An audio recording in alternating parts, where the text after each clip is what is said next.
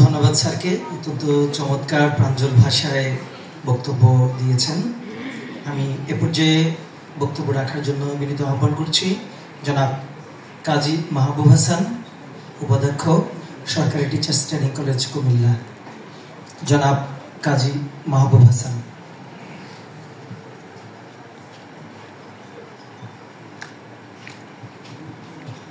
বিসমিল্লাহির রহমানির রহিম।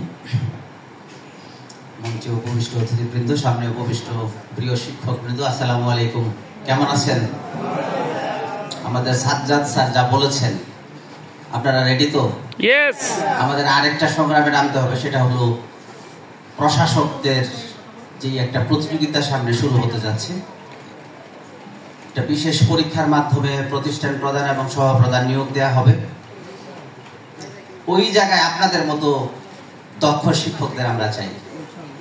আমরা যে একটা সততার লড়াইয়ে নেমেছি, এই লড়াইটাতে আপনাদের মতো দক্ষ প্রাজ্ঞ ব্যক্তিদের দরকার। আমরা প্রায় প্রতিষ্ঠানে কিছু অনিয়ম দুর্নীতির কথা শুনি, আমরা নিজেরাও এর দেখেছি। আমরা চাই শিক্ষাঙ্গন থেকে দুর্নীতি চিরতরে বিদায় হোক। এই বৈষম্যহীন বাংলাদেশে দুর্নীতিমুক্ত শিক্ষাঙ্গন চাই। এই দুর্নীতিমুক্ত শিক্ষাঙ্গনের জন্য দক্ষ, ন্যায়পরায়ণ, প্রাজ্ঞ শিক্ষক দরকার। আপনারা সেই শিক্ষক। আপনাদের কাছ থেকে এই আশাবাদ ব্যক্ত করছি। আগামী দিনের লড়াইয়ে আপনারা অংশগ্রহণ করবেন, প্রধান শিক্ষক হবেন, সহকারী প্রধান শিক্ষক হবেন, প্রতিষ্ঠানের নেতৃত্ব দিবেন, এবং এই নেতৃত্বের মধ্যে দুর্নীতির কোনো আশ্রয় প্রশ্রয় থাকবে না। আমরা সকলের শুভকামনা করে এখানে শেষ করছি। আসলে আজকে আনন্দের দিন ছিল, এখনো বক্তব্যই চলতেছে। আনন্দ বিনোদন কখনো আমি বুঝতেছি না।